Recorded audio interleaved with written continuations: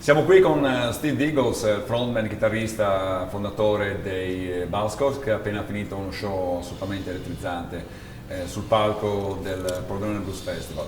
Hello Steve, thank you so much for taking the time to have a chat with us, especially because I know you just arrived from London and yesterday you played with Iggy Pop, Generation Sex, Blondie, so how was that?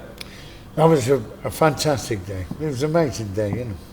Had all those bands on, of course you had us, the Buzzcocks as well, Iggy, Blondie, Generation Sex.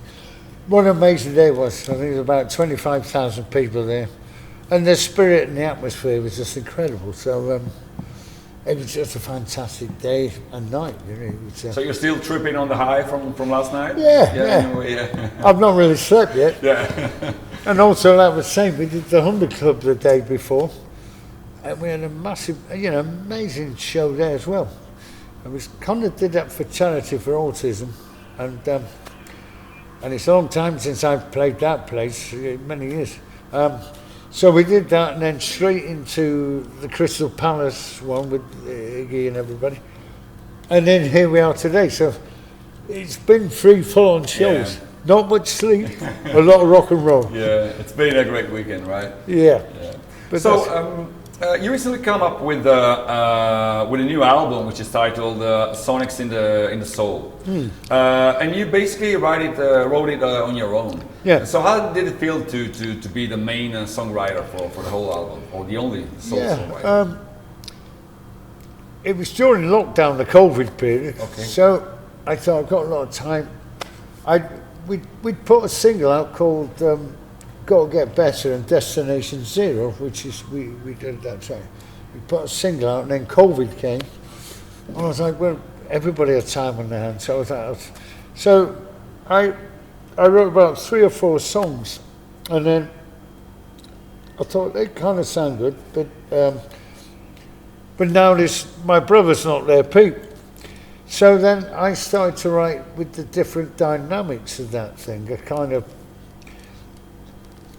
bearing Pete in mind a bit, because we used to alternate, particularly last albums.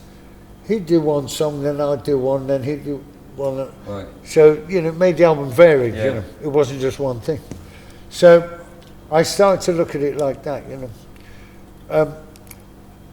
Like I said, I was sort of halfway through, and I thought, I need to think about the dynamics of this thing. So I'll bear Pete in mind on some and me in mind on other ones. So you still got a kind of feel of that, the classic Buzzcocks album.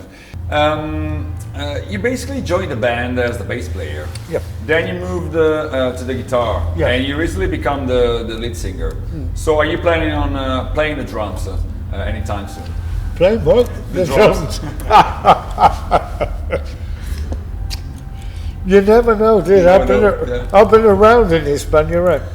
I mean, to be honest, I bumped into Pete and Howard at the early Sex Pistols gig back in the day. In Manchester, yeah. And I was a guitarist, really, but I did have a bass, and I answered an ad in the paper, and I was going to meet someone to form a band. They were, and Malcolm McLaren, the Sex Pistols man, said, they're inside here.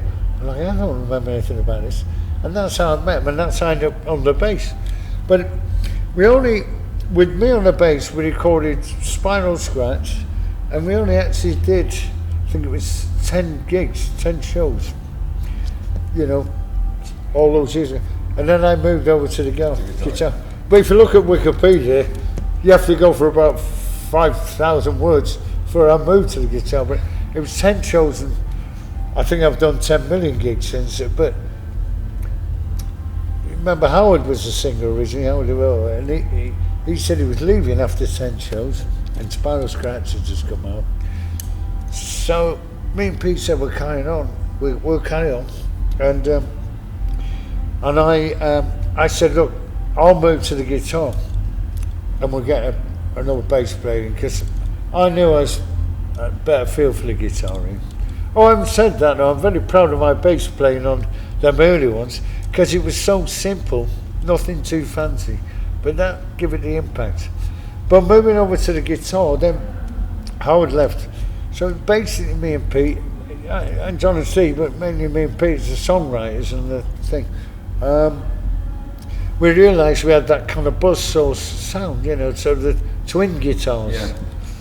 But in fact, I mean, back in the days, you used to do like a single every 2 months, and an album a year, plus the constant touring. Yeah. So is that doable nowadays? I mean, well, I want to get back to that. Do you have materials in your bag for? Well, the thing is, we did put after Pete sadly died, and we had a tour book pre-COVID. So I said we need to go out there with a new single to make it relevant and make it still in keeping. And so we actually put a physical 7-inch single out, Got to Get Better than Destination both sides, Zero, actually, both sides. Side A, I think I like the B-side better. Yeah. I forgot to tell the manager. I told the manager one time, I said, I think I like, he said, you should have said, because once I'd recorded it, I didn't really state which side. Well, I thought Got to Get Better, and I was like, I think Destination Zero, a bit more rocky to me. But they're both good, but I should have told him, make that the 8. He said, if you'd have told me, I would have. It's one of them things, but they're both good songs. But so we got a physical single out, like I said. And then with the Sonics and the Soul album, we made it's on vinyl and CD, and they did make we made a 12-inch single, and so there's an extra 2 tracks on the B side of that, like the old days. Yeah. So I'm good with that.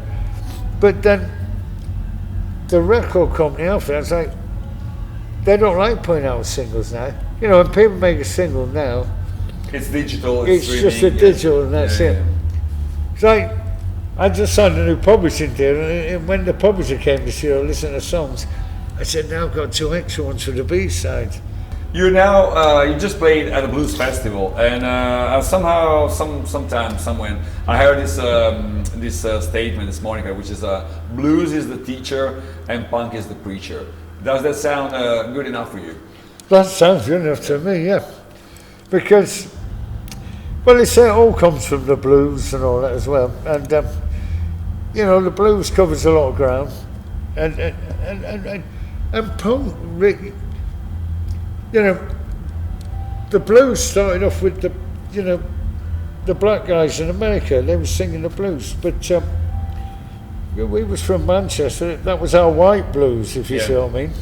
You know, we was influenced. What their blues were singing right back in the cotton fields and all that. You know, the origination of that stuff.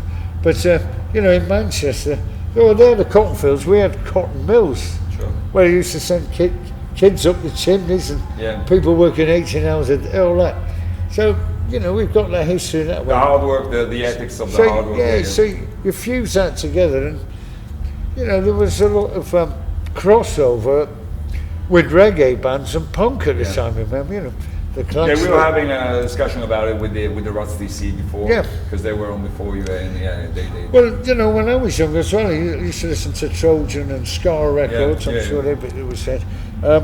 Used to listen to all that kind of stuff as well. Long Shot, Kick the Bucket, and all these shows and things like that. So it all crosses over and mixes in, you know. So that statement is, you know, it kind of works, you know.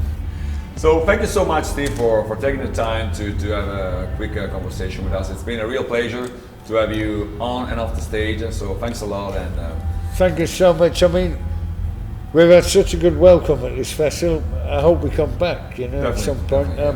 The people are lovely, and it's actually our first time in Italy post-COVID. So it's so great to be back for that. And great. Thank you so much. Thank you so much. What a pleasure. Yeah? Hi, this is Steve Diggle from Buzzcocks and Pordenone Festival. It rocks, man. Keep rocking.